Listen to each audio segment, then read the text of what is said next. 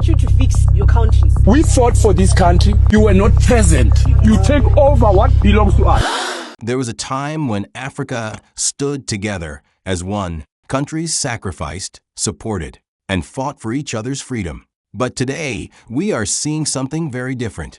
Africans turning against Africans. Africa once stood as one, fighting for freedom, supporting each other through struggle. But today, something has changed. Africans turning against Africans. To understand today, we must go back in time.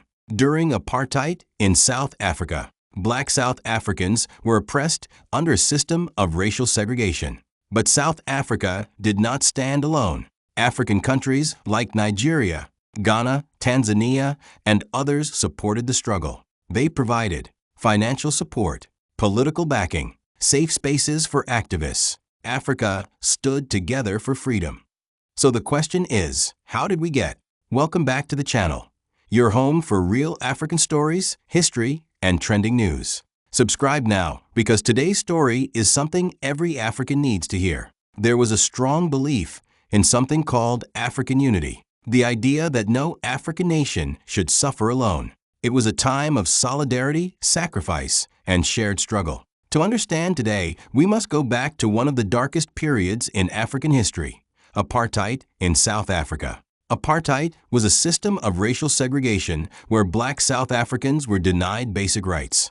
But South Africa was not alone. African countries stood up in support. Countries like Nigeria, Ghana, Tanzania, and others funded the struggle, supported activists, gave refuge to freedom fighters. Africa stood united. There was a strong belief in something called African unity. Nigeria and other countries contributed millions to support the anti-apartheid movement. Many African nations refused to trade with the apartheid regime. It was not just politics, it was brotherhood. Today, we see a different reality. Tensions rising, especially in South Africa. Foreign nationals, many from other African countries, are sometimes blamed for problems like crime and unemployment. Fast forward to today. We now see tensions, especially in places like South Africa, where some foreigners are blamed for crime or economic pressure. This has led to incidents of xenophobia, where Africans are targeted simply for being from another country. There are several reasons behind this: unemployment and economic struggles, misinformation and stereotypes, frustration directed at the wrong people. But one thing is clear. This is not the unity Africa once stood for. After years of struggle, change finally came. In 1990, Nelson Mandela was released from prison, and in 1994, South Africa held its first democratic election. This marked the end of apartheid and the beginning of a new era of freedom.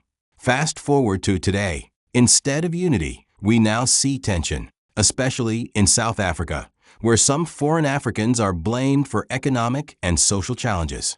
This has led to xenophobia, Africans targeting fellow Africans. There are powerful lessons here. 1. Unity built Africa's freedom. 2. Division slows progress. 3. Blame does not solve problems. 4. History should guide our future, because we've already seen what unity can achieve. Africa can move forward by promoting understanding across cultures, focusing on shared goals, building stronger cooperation between nations. Now, I want to hear from you.